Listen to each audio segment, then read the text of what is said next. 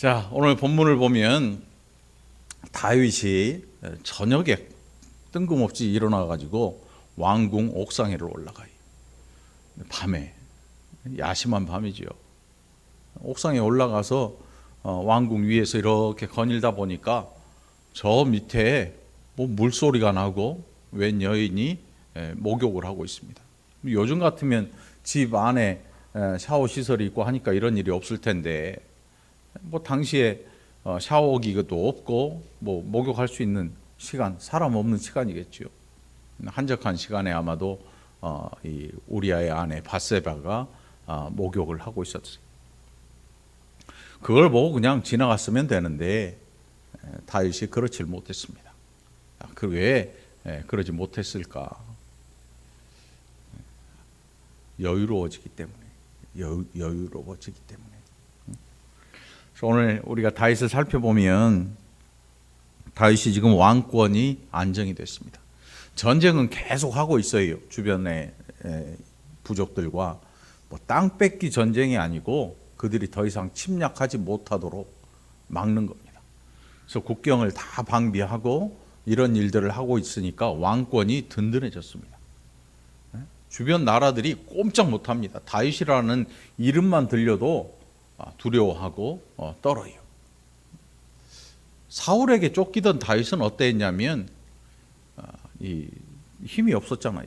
왕도 아니었고 사울의 부하였고 장군이었고 천부장이었으니까 호위대장이었고, 그래 도망 다니다가 목숨 부지하기 위해서 다른 옆에 나라에 가서 미친 척도 하고 침도 막 흘리고 뭐 별일을 다 했고 바위 틈 사이에서 잠을 자기도 했고, 도망 다니는데 최선을 다했습니다.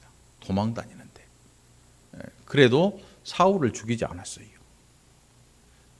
그리고 그가 사울을 죽이지 않았던 이유를 우리가 잘 알고 있는데, 그 이유가 뭐였냐면 하나님께서 사울을 기름 부어 세웠기 때문에 죽이지 않았습니다. 다른 이유가 없어요. 사울이 조금 정이 남아 있어서 그런 것도 아니고요. 사울이라고 하는 이 인생 자체를 하나님이 불러서 왕으로 기름 부어 세웠기 때문에 하나님이 세운 왕을 자신의 손으로 죽이는 거, 이거는 굉장히 불경한 일로 생각하고 사울에게 손을 대지 않았습니다. 사울은 결국 전쟁에서 아주 비참하게 최후를 맞이하게 되죠. 그러니까 사울에게 도망 다녔고 그리고 나서 왕이 되었지만 주변 나라들과 계속 이 전쟁을 하는 그 와중에 다윗은 굉장히 경건한 사람이었습니다. 경건하다고 하는 것은요, 성적인 모든 일에서도 이 모든 유혹을 뿌리칠 만한 그런 삶을 이야기하죠. 경건했다. 우리가 그리스도인으로서 경건한 삶을 산다고 하는 것은 죄와 어떻게든 싸워서 이기려고 하는 것입니다. 눈에 보이는 걸 쫓아가서 거기에서 죄의 쾌락을 즐기는 것, 그건 경건이라고 말할 수 없습니다. 경건한 게 아니죠. 그래서 경건한 성도들, 무슨 뜻이냐면 죄와 끊임없이 싸우고 있고 죄를 거부하는 성도들이란 뜻이 경건한 성도들이란 뜻이죠. 경건하다는 말 자체는 주일날 양복 입고 교회에 온다고 해서 경건한 게 아니고 죄와 끊임없이 싸우고 거절하는 것. 오늘 아침에 제가 달달한 걸 누구한테 줬더니 저 안 먹습니다 그러더라고. 거절하더라고. 왜 그런가 했더니 의사가 먹지 말랬대. 의사 말을 잘 들으면 건강해져요. 그러나 의사가 사는 것처럼 살면 망해요. 왜냐, 의사도 우리랑 똑같거든. 의사의 삶을 보지 말고 말만 들으면 돼, 말만. 거절한다고 하는 것, 거부하는 것. 여러분, 이 굉장히 중요한 일입니다. 죄가 나에게 다가올 때는요, 반드시 거기에는 죄악을 통한 쾌락이나 어떤 형태의 이 굉장히 뭐 물질적인 이익이나 또 육체적인 쾌락이 반드시 동반이 돼요. 마약, 알코올 중독, 음란함 이런 것들은요 우리의 육신이나 정신적인 것의 부분에 일시적인 영원하지 않죠. 그러니까 또 찾게 되고 그런 쾌락들이 또 함께 동반돼요. 그런 것들에 대해서 단호히 거절하고 단호히 뿌리치고 단호히 대적하는 이것이 성도들에게 주신 하나님의 은혜요 권세인 것입니다. 예수 그리스도를 믿는 자 하나님의 자녀가 되는 권세를 주셨다고 하는 것은 우리가 구하는 것을 들어주실 뿐만 아니라 하나님께서 우리에게 죄를 거부할 수 있는 권세를 주신 것입니다. 오늘 다윗이 그런 삶을 살아왔었습니다. 그런데 어느 날 갑자기 다윗이 여유로워집니다. 뭐 자다가 왕궁 옥상에 올라갈 수도 있지요. 그런데 중요한 것은 뭐냐면 밧세바를 발견하고 신하를 불러서 야, 저 여자 누군지 봐가지고 나한테 좀 데려와라. 마침 밧세바를 범하고 맙니다. 범하고 아이가 생겨버렸어요. 요즘 같으면 유전자 감식이나 할 텐데 그 당시에는 알 수가 없으니까 우리아를 빨리 전방에 있는 남편 우리아를 불러드립니다. 그래서 야, 너 집에 가서 쉬어라. 무슨 뜻이에요? 막장 드라마도 이런 막장 드라마가 없어요. 막장 드라마죠. 얼마 전에 정말 제가 집사람하고 가끔 보던 막장 드라마 있어요. 아침에 이름이 뭐였는지 기억이 안 나네. 얼마 전에 했었는데 그게 뭐지? 키 큰 여자인데 회사 사장 했다가 뭐 했다고 그런 막장 중에 막장 드라마가 최근에 나온 게 아니고 다윗이 이미 재현을 해놨어요. 실제로 자기가 임신시킨 여인을 그 남편을 불러다가 그 남편의 씨인 것처럼 속이기 위해서 전쟁하고 있는 남편을 불러들인 거예요. 왕궁으로. 그래서 야, 너 네 아내한테 가서 자라. 그런데 이 우리아라고 하는 이 사람이 얼마나 충직한지 말이지요. 안 가요. 왕궁 앞 마당에서 천막 치고 자요. 자기가 지금 머물러 있던 전장터에 함께 했던 그 자기의 소아들을 생각해서 아마 거기에서 자기가 편안한 잠자리를 원치 않고 똑같이 땅바닥에서 그냥 그들과 함께 자는 것처럼 거기에서 자고 다시 돌아갑니다.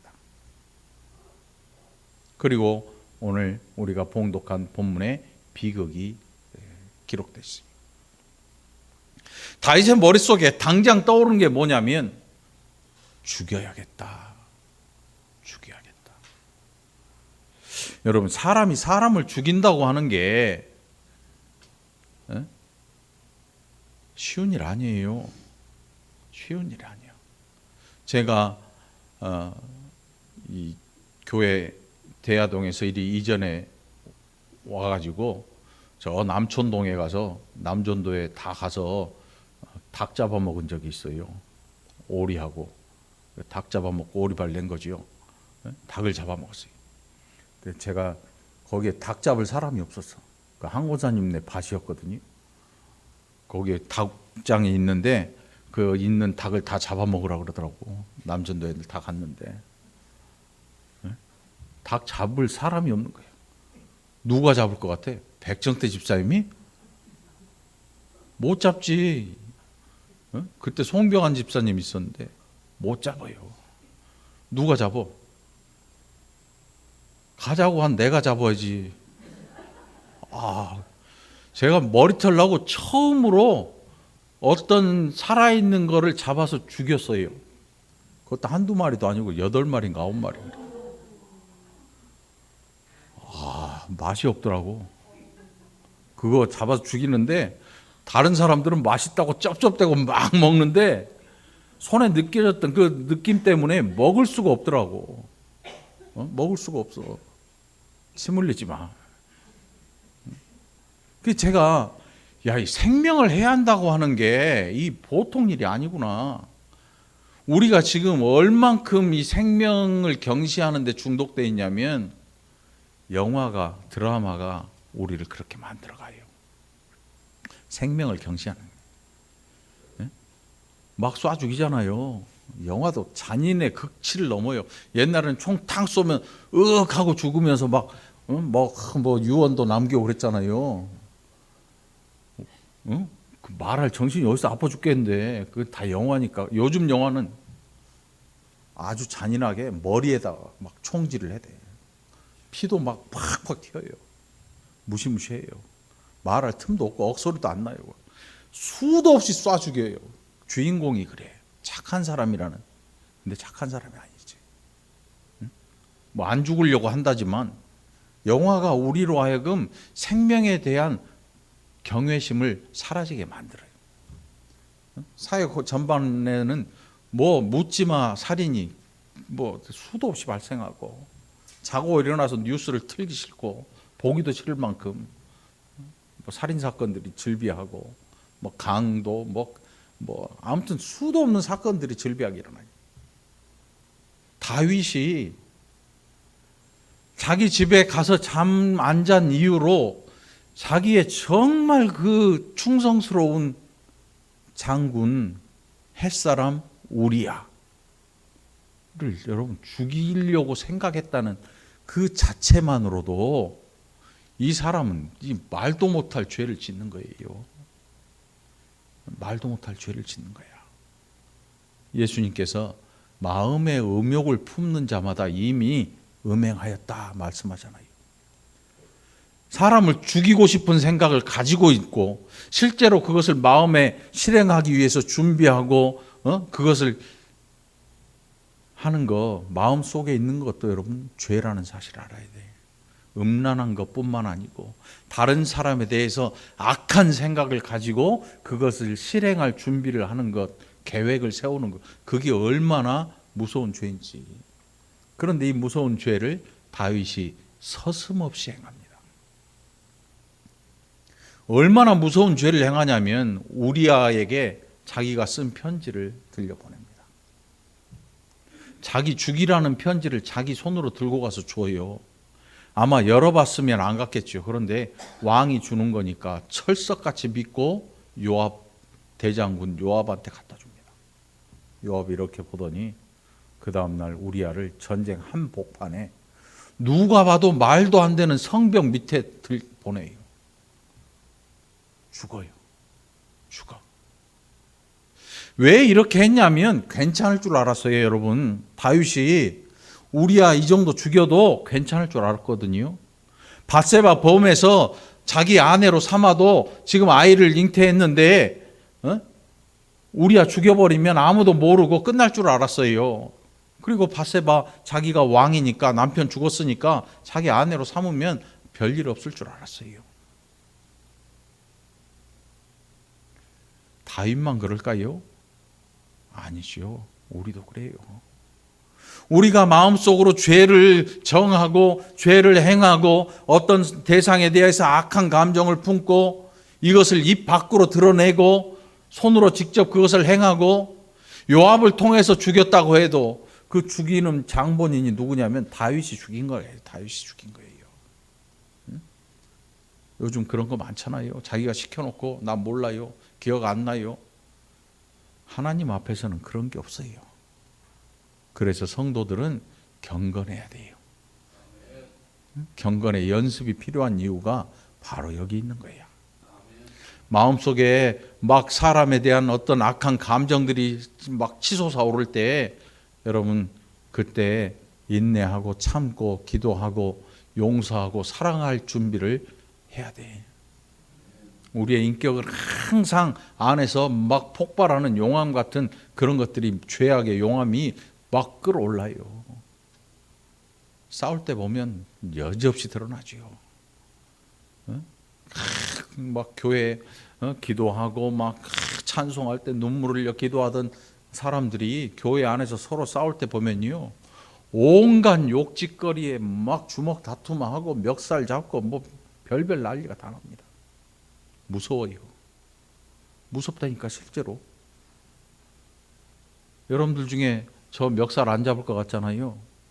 교회에 어떤 일로 시비가 붙고 교회가 분란이 생기니까 목회자 멱살 잡고 집어 던지고 막 강단 뒤집어 엎고 하는 일이요, 아무렇지도 않은 것처럼 느껴지는 거야. 이유가 뭐냐면 내가 옳기 때문에, 나는 옳다라고 생각을 해버리는 거예요. 다윗이 어떤 생각으로 이런 일을 저질렀을까요? 나는 왕이잖아. 하나님이 세우신 왕이잖아. 그러니까 이 정도는 괜찮을 거야. 우리에 하나 없어도 내 군대는 껐다가 없어. 이 연약한 여인 하나 내 처소로 드리고 그 아이 생겨난 거, 이거 나만 입 다물고 주변에 군사들 입 다물면 아무도 몰라. 아무도 몰라. 요나라는 한 선지자가 하나님께서 너 저 앗수르에 가서 복음을 전해라. 성에 가서, 니느웨에 가서 복음을 전해라. 싫은데요? 가라. 네. 하고 가는데 정반대로 가요. 앗수르가 이쪽이면 이 사람이 갑자기 저쪽으로 가는 거예요. 그리고 거기서 배를 타요. 어디로 가는지. 가려면 이쪽 가서 가까운 데서 배를 타야 되는데 갈 마음이 아예 없는 거예요. 왜? 그 민족들이 이스라엘하고 원수여서 싫다는 거지. 그들이 혹시라도 복음 듣고 회개하면 어떡하나? 응? 나랑 원수인데, 우리나라랑 원수인데 회개하면 어떡하나? 안 가. 저 반대길로 가요. 배를 탔어요. 하나님께서 배를 뒤집어 놓으십니다. 요나가 어떻게 했냐면 배 밑창에 가서 잠이 들어요. 아무도 모를 줄 알았지요. 나중에 제비 뽑아보니까 요나가 뽑혀요. 얘를 바다에 던져요. 요나를. 우리 생각에는 저질러 놓고 묻어 놓고 덮어 놓으면 아무도 모를 것 같고, 지금 내 형편에 이 정도면 별일 없을 것 같은 권세도 있고. 다윗이 그랬어요. 그래서 그 충성된 자기의 수하 부하 우리아를요, 눈 하나 깜짝 않고 전장에 내보내서 마치 적이 죽인 것처럼 죽여버려요. 내가 안 죽였다 그래서, 다윗이 직접 안 죽였다 그래서 그 죄를 피할 길 없어요. 목적을 가지고 있었거든요. 분명한 목적을 가지고 있었단 말이지. 성경에는 같은 죄를 지어도요, 어쩔 수 없이 짐짓 범한 죄라 그래요. 차 운전을 하다가 갑자기 사람이 휙 뛰어들어서 어쩔 수 없이 사람을 꽝 치었어요. 죽고 말았어요. 이런 죄하고, 누군가 길을 건너가고 있는데 저 나 원수네 하고 일부러 가속 페달을 밟아서 들이받아서 죽여버린 거하고, 성경은 이 두 죄에 대해서 철저하게 나눠놔요. 고의적인 범죄냐, 짐짓 범한 죄냐. 짐짓 범한 죄, 어쩔 수 없이 정말로 내가 안 돼가지고 저지른 범죄에 대해서는 성경은 도망갈 기회를 줘요. 그래서 도피성을 만들어놔요. 도피성에 들어가서 그 사람의 자식이나 누가 다 없어지든지 자기 일을 해야 할 사람이 다 없어질 때까지 도피성에서만 살아야 돼. 죄가 있으니까 벗어날 수가 없어요. 그 죄를 후손이나 누가 와가지고 죽여버리면, 생명은 생명으로 속하는 거니까 죽여버려도 할 말 없어요. 도피성은 나오면 안 돼요. 죄는 죄니까. 그런데 고의적인 마음을 가지고 죄를 저지른 행한 사람은 반드시 그 생명을 자기의 생명으로 속해야 돼요. 죽어요. 다윗의 죄는요, 그런 의미에서 반드시 자기의 생명으로 우리아의 생명을 대신해야 되는, 율법에 의하면 죽임을 당해야 되는 그런 명백한 죄였거든요. 죄였어요. 그런데 이 무서운 죄, 율법을 범한 죄인데 아무렇지도 않은 거예요. 아무렇지도 않아. 바세바를 불러다가 왕궁에 살게 해요. 밖에서 모르는 사람이 보면 어때요? 야, 왕이 참 마음씨 좋다. 남편이 전쟁에 가서 죽으니까 부인을 책임지는구나. 이런 생각할 거 아니에요. 그런데 어느 날 갑자기 선지자 한 명이 찾아옵니다. 그 선지자 이름이 나단이에요. 나단. 와서 얘기를 합니다. 어떤 사람이 양이 99마리가 있고요. 이웃에 사는 사람은 양이 딱 한 마리가 있는데 친한 사람이 찾아와서 양을 잡아서 대접을 해야 되는데 99마리 있는 양은 안 건드리고 옆집에 양 한 마리 있는 거 뺏어갖고 죽여가지고 그걸로 손님 대접합디다. 이거 어떻게 해야 됩니까? 물어봐요. 다윗이 화를 벌컥 내면서 반드시 그거 몇 갑절로 보상을 해줘야 되지 않느냐, 선지자한테. 그랬더니 선지자가 뭐라 하냐면 다윗을 쳐다보면서 당신이 바로 그 사람 아닙니까? 당신이 바로 99마리 양을 가지고 있는데 옆집에 한 마리 있는 양 뺏어서 죽인 사람 아닙니까? 죽여서 당신 유익하게 하려고 한 거 아닙니까? 성도에게 기회가 있는데 그 은혜가 또 뭐냐면 회개할 수 있는 기회를 하나님 주시는 거예요. 회개할 수 있는 기회. 여러분들 누군가에게 실제로 여러분이 마음속으로 죄를 범했다면 또 실생활에서 우리가 범한 죄가 있다면 하나님이 기회 주실 때 회개하기를 간절히 축원합니다. 용서하지 못할 죄가 없습니다. 용서해 주시고 용서받지 못할 죄도 없어요. 용서받으려고 노력해야 돼요. 한 번에 안 되면 맨날 찾아가야죠. 잘못했다고 싹싹 빌어야죠. 손이 발대도록 빌어야 돼요. 그런데 우리는 그렇게 하지 않아요. 뭐라 하냐면 야, 내가 이 정도 용서 구했으면 됐지 내가 더 하냐? 안 보면 그만이지. 이래요. 우리의 성품이 이 정도야. 다윗이 왜 성경에 이렇게 이런 죄악들이 기록되어 있냐면 우리가 보고 야, 이 죽일 놈 살릴 놈 이러라고 한 게 아니야. 따라서 하라고 한 것도 아니야. 죄라는 것에 대해서 하나님께서 낱낱이 보여주시는 거야. 너희 약한 인생들아, 연약한 인생들아, 죄악된 인생들아, 너희 모습을 봐라. 내 앞에서 그렇게 경건했던 다윗이 이렇게 내 앞에서 살고 있지 않았냐. 너희는 다를 것 같으냐? 하나님 말씀하시는 거지. 우리가 성경을 볼 때 자칫 성경을 잘못 보면요, 이런 거는 생각지도 않아요. 막 넘겨버리고 누가 복 받았더라, 누가 복 받았더라, 누가 11조 때 뭐 했더라, 누가 뭐 했더라 주시더라, 이거 보고 성경을 덮어버리면 안 돼요. 이런 것들을 볼 때 우리 자신에 대해서 아주 예리하게 수술을 해야 돼요. 수술해야 돼요. 지금 용서하지 못한 분 계시면, 지금 악을 품고 있다면 그거 내려놓으시기를 축원합니다. 경건해지시기를 바랍니다. 거룩해지기를 축원합니다. 이게 우리의 해야 될 일인 거죠. 그냥 교회 다니니까 무조건 하는 게 아니고 성경을 보니까 이렇게 하지 않고는 하나님의 백성으로 살아갈 수 없는 거예요. 하나님의 백성으로 산다고 하는 게, 여러분 예수 믿으면 천국 간다니까 예수 믿자마자 죽어버리면 차라리 나을 텐데 그렇지 않잖아요.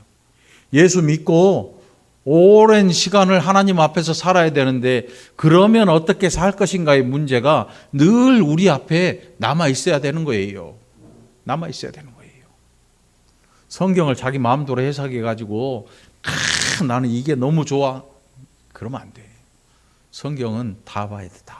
다 봐서 발견할 게 뭐냐면, 야, 나는 정말 은혜 없이는 못 살 인간이구나 하는 걸 깨달아 알아야 돼. 그래서 예수를 더 찾아야 돼. 하나님께 더 가까이 나아가는 거지요. 이게 우리 삶의 모습이 돼야 되는 거예요. 다윗이 그렇게 무시무시한 죄를 졌어요. 무시무시해요. 아무렇지도 않게 눈 똑바로 뜨고 전령한테 야, 왜 이 사람들 내 부하들을 말이지 성 밑으로 보내가지고 죽게 만들었어, 이렇게 화를 내면 우리야도 죽었습니다 이렇게 얘기하라. 다 아는 거지. 다 알고 하는 거지. 죄라고 하는 것은 신속하게 거부하든지, 만일 그것도 못해서 죄를 저질렀으면 하나님 앞에서 뼈저린 회개가 있어야 돼요. 뼈저린 회개. 혼자 해서는 안 돼요. 다윗은 이제 그 잘못했다고 용서받을 대상이 사라져버린 거예요. 우리아가 죽어버렸잖아요. 성경이 정확합니다, 여러분. 제가 늘 얘기하잖아요. 권력을 가지게 되면 가장 뭐부터 하냐면 족보 때려 고쳐요. 족보 고쳐. 옛날에 나라 팔아먹었던 매국노 했던 사람들 이름 다 바꿔가지고 다른 걸로 했던 것처럼 다 바꾸고 막 때려 고쳐요. 원래 노비였는데 아닌 것처럼 막 때려 고쳐요. 다 때려 고쳐요. 권력 생기면. 그런데 정말로 희한하게 성경은 안 그래요. 마태복음에 보면 나와요. 예수 그리스도의 계보라 이렇게 기록이 되어 있잖아요. 마태복음 1장 1절에. 그러면서 밑으로 쭉 내려가다 보면 예수 그리스도의 계보에 뭐라고 나오냐면 다윗이 솔로몬을 낳고 이렇게 해야 되는데 다윗은 우리아의 아내에게서 솔로몬을 낳았다. 이렇게 나와요. 성경이 다윗에 대해서 죄를 덮어주고 감춰주고 있질 않아요. 사람의 역사를 기록하는 사람들은요, 이걸 기록 안 하고 검정줄로 닦아가지고, 그래서 이 왕들의 역사를 기록한 사람들이 있잖아요. 왕조실록이라고 그러죠. 실록. 왕이 했던 말 뭐라고 했는지, 왕이 했던 욕까지도 다 기록해놔요. 옆에 사관들이 하는 일이 그거거든요. 왕이 이렇게 진물을 보고 있고 신하가 누가 찾아오고 왕이 24시간 왕 옆에서 붙어서 왕이 하는 모든 말을 기록을 하는 거야. 못된 왕, 폭군들은 어떤 일을 하냐면 자기에 대해서, 자기 조상에 대해서 나쁘게 기록한 말을 없애려고 난리를 펴는데 절대로 못 없애요. 실록을 기록한 거예요. 불질러 버리고.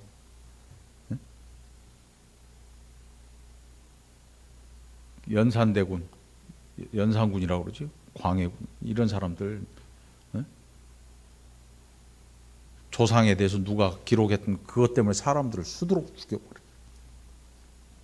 그런데 성경은 그렇게 하질 않아요. 다윗은 우리아의 아내에게서 솔로몬을 낳았다. 여러분 족보에 그렇게 기록할 수 있겠어요? 우리는 못해요. 우리는 감출 거예요. 우리는 쉬쉬하고 덮고 누가 말하면 쉿, 누가 말하면 너 저리 가, 이렇게 할 거예요. 자기의 죄에 대해서 누군가 이야기하는 것을 끔찍히 싫어하고 화를 내고 어떻게 해서든지 망하게 만들어 보려고 작정을 하지요. 그럼에도 불구하고 성경은요, 그 죄를 끄집어냅니다. 다윗은 밧세바에게서 솔로몬을 낳고가 아니고 다윗은 우리아의 아내에게서 솔로몬을 낳았다. 다윗의 죄를요, 신약 성경 첫 번째 장에다가 기록을 하고 있는 거예요. 여러분 생각해 보세요. 기분 좋을 것 같아요. 성경이 이렇게 기록을 정확하게 기록하고 있는 이유가 뭐겠어요? 죄에 대해서 덮어주지 않겠다. 하나님께서 죄를 덮어서 이거를 좋게 보이려고 하는 그런 하나님이 아니라 모든 죄, 하나님 앞에서 모든 죄는 낱낱이 드러나게 돼요. 낱낱이. 우리가 사는 이 세상 속에서는 그림자라는 게 있어요. 그림자. 어두워서 잘 안 보여요. 굴 속은 햇볕이 안 닿으니까, 빛이 없으니까 그 안에 들어가서 눈 꺼먹꺼먹 뜨고 숨어 있으면 안 들켜요. 그런데 하나님 앞에서 모든 죄는 드러나요. 감출 수는 없어요. 증거가 없다고? 하나님 앞에서는 그런 게 안 통해요. 죄를 여러분 누가 제일 잘 알까요? 자기가 저지른 죄를 아무도 모르게, 쥐도 새도 모르게 죄를 저질렀어요. 그러면 누가 그 죄를 알고 있어요? 죄를 저지른 당사자는 알 거 아니에요. 그거 하나만으로도 우리는 하나님 앞에서 그 법정에서 이 죄를 감출 수가 없어요. 감출 수가 없어. 이미 우리의 머리에 기록되어 버렸어요. 응? 이 세상에서 검찰들이 제일 먼저 하는 게 뭐예요? 죄 지으면 집에 들어가서 컴퓨터 압수하잖아. 핸드폰하고. 하나님 나라에 갈 때 우리가 뭘 가져가고 싶어도 못 가져가요. 종이고 뭐 마이크고 핸드폰 아무리 귀하게 여겨도 10원짜리 1원짜리 먼지 한 톨도 가지고 하나님 앞에 갈 수 없어요. 그런데 가는 게 있어요. 누가? 우리가 가요. 내가 가요. 하나님이 부르시면 내가 가야 돼요. 대신 보내줄 수도 없어요. 부모가 자식의 죽음을 눈앞에 두고 두 눈 뻘겋게 뜨고 자식이 숨을 거두는 모습을 지켜봐야 되는 게 우리 연약한 인생들의 모습이거든요. 이게 우리잖아요. 자식 앞세워 보내는 부모의 심정은 어떨 것 같습니까? 그런데 심정은 고사하고 자식이 숨을 몰아쉬고 마지막 숨을 거두는 그거를 눈뜨고 지켜봐야 된다니까요. 저는 고등학교 때 3학년 때 졸업하는데 졸업하기 전에 졸업하고 재수할 때 친구가 그때만 해도 방위가 있어요. 방위 3주인가 몇 주 훈련 받고 나오는데 그 훈련 받다가 죽어버렸어. 훈련 받다가. 근데 그 친구가 그 집안에 3대 독자야. 진짜로. 여동생 하나 있어. 아들 3대 독자. 죽어버렸어. 부모가 가서 친구를 만지면서 우는데 그때도 눈물이 나는데 지금은 생각만 해도 아찔해. 근데 부모가 어떻게 해? 못해. 응? 냉장고에서 꺼낸 시신을 만져보고 울고 난리를 피는데 그러면 일어나야 되는데 안 일어나.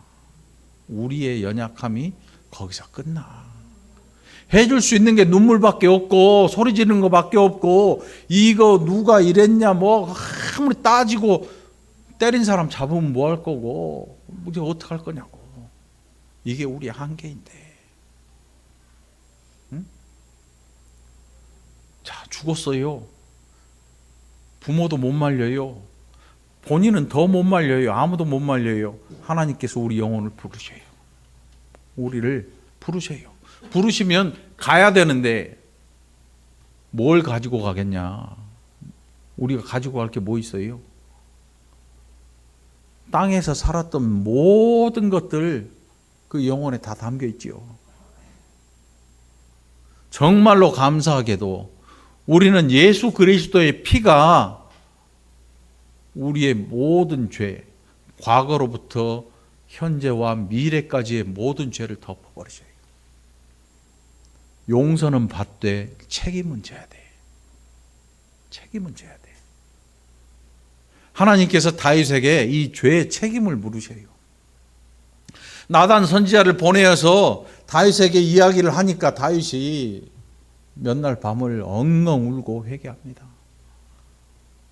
후회하는 거하고 회개는 달라요, 여러분.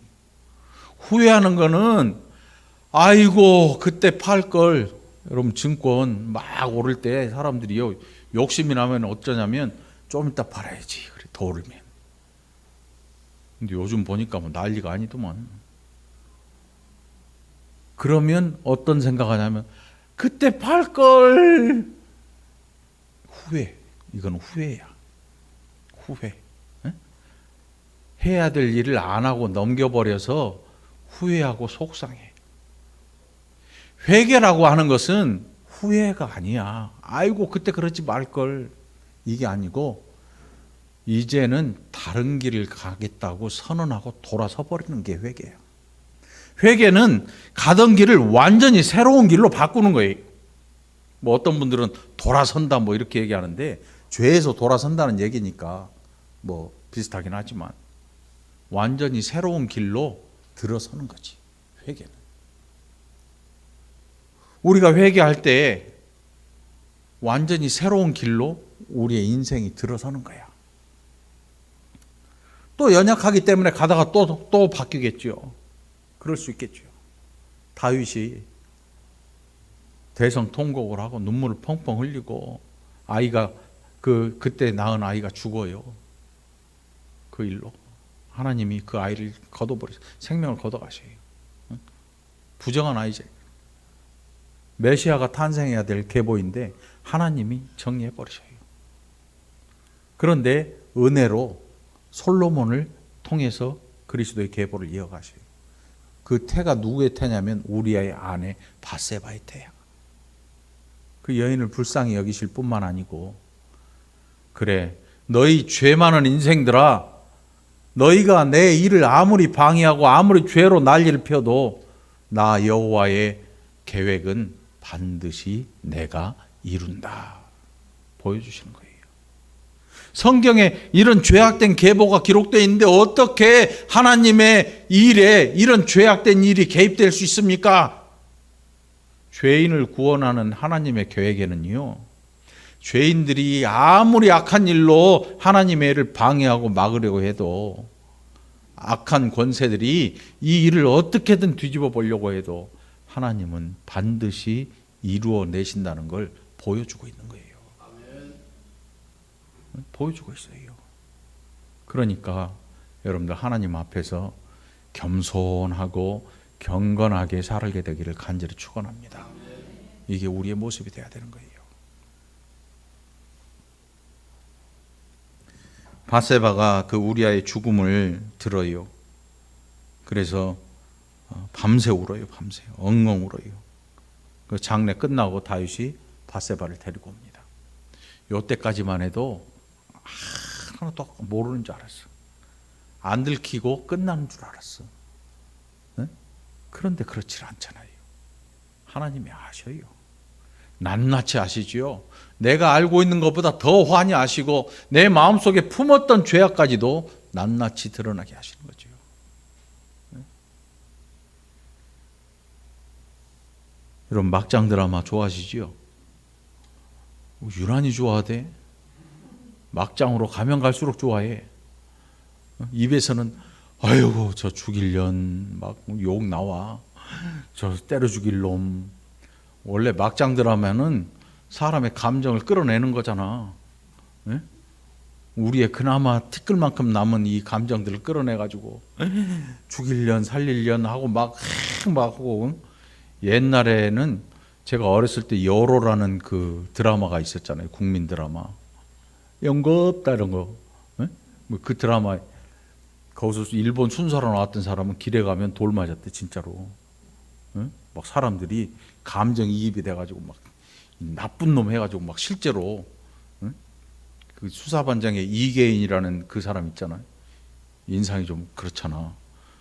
그 사람 지나가면 신고를 했대 실제로. 그 범인 지나간다고. 경찰도 괜히 보고 잡아가지고 멀쩡한 사람 잡아가지고 신분증 내놔. 아 신분증 안 갖고 왔는데 이름이 뭐야? 외계인이요. 뭐라고? 이계인이라고. 얘가 자기가 외계인이라는데 뭐 이런 일도 있었다 그래. 이 막장 드라마 같은 그런 드라마가 우리의 이 심성에 자꾸 자극을 줘요. 그러니까 그런데 너무 빠지면 안 돼. 드라마 아주 보지 말란 얘기가 아니고 너무 빠져들어서 보지 말라는 거지. 일상을 제쳐두고 만사를 제쳐두고 그런 드라마에 너무 빠지지 말라는 거지. 봐도요, 알고 보는 거하고 모르고 빠져드는 거하고는 차원이 달라. 모르고 빠져들어 버리면 방어력이 없잖아. 방어를 할 수가 없잖아. 저게 왜 안 좋은지, 저게 왜 나쁜지, 저게 왜 그리스도인들에게 얼마나 악한 일인지, 얼마나 우리의 마음을 피폐하게 만드는지를 알지 못하고 젖어버려요. 그냥 다 흡수해버려요. 그래서 그런 죄들을 보면서 사람들이 어떤 반응이 일어나냐면 웃어. 실제로 당한 사람은 피눈물을 흘리는데 피눈물을 흘리고 마음에 정말 갈갈이 다 찢겨진 상처를 안고 사는데 일반 사람들은 그런 얘기를 너무 많이 들어갖고 그런 얘기를 우스갯소리로 해. 코미디언 하는 그 엄영수인가? 그분은 결혼 3번인가 4번인가 했다면서요? 자기 이야기를 즐겁게 해. 결혼 3번 4번 한 사람의 마음은 어떨까요? 그 이혼했던 분, 그 여자분들의 마음은 또 어떨까요?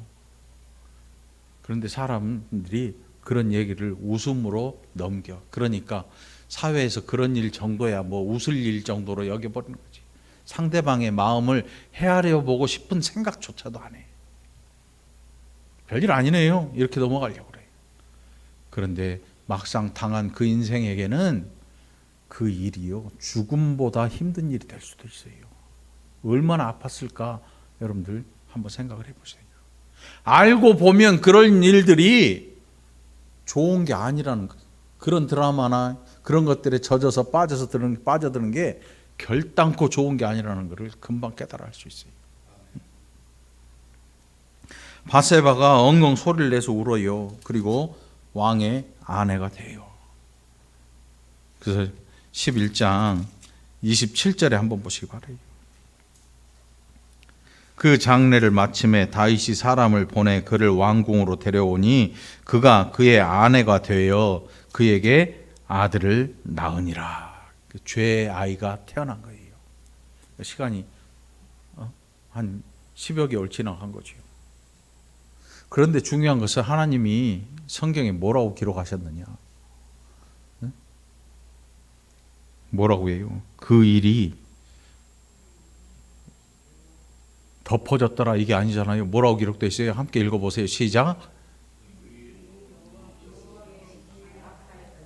사람 엄청 한 10,000명 되는데 소리는 한 1,000명밖에 안 나네. 사무엘하 마지막 절에 이 일이 여호와 보시기에 악하였다. 다 감춘 줄 알고 다 묻어버리고 죽었으니까 끝난 줄 알았는데 여호와 보시기에 악하였다.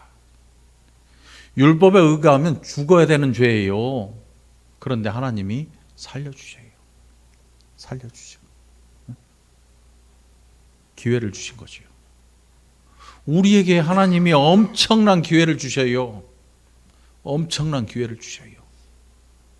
회개하는 기회를 주셔요. 감사한 줄 알고 회개하기를 바랍니다. 감사한 줄 알고 경건에 힘쓰기를 바랍니다.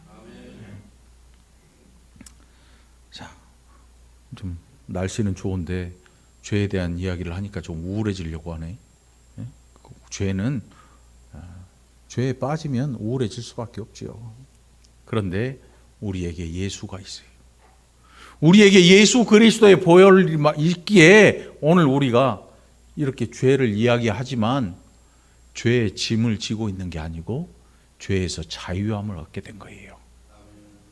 응? 여러분, 죄에서 자유함을 얻은 것, 이게 얼마나 큰 은혜인지 여러분들 하루하루 지내면서 이 한 주간 감사하는 한 주가 되기를 간절히 축원합니다. 기도합시다. 하나님 아버지, 감사합니다. 우리가 얼마나 죄악된 인생들인지, 예수 그리스도 없이는 지옥 갈 수밖에 없는 인생들인데 하나님 우리를 너무나 사랑하셔서 귀한 은혜를 넘치도록 주시고 우리에게 구원의 은혜를 베풀어 주심을 감사합니다. 우리가 이 세상 사는 가운데 날마다 경건에 힘쓰는 자들이 되게 하시고 죄악과 더불어 행하는 자가 아니라 싸우고 거부하는 자들이 되게 인도하여 주시옵소서. 감사드리옵고 예수님 이름으로 간절히 기도합나이다. 아멘.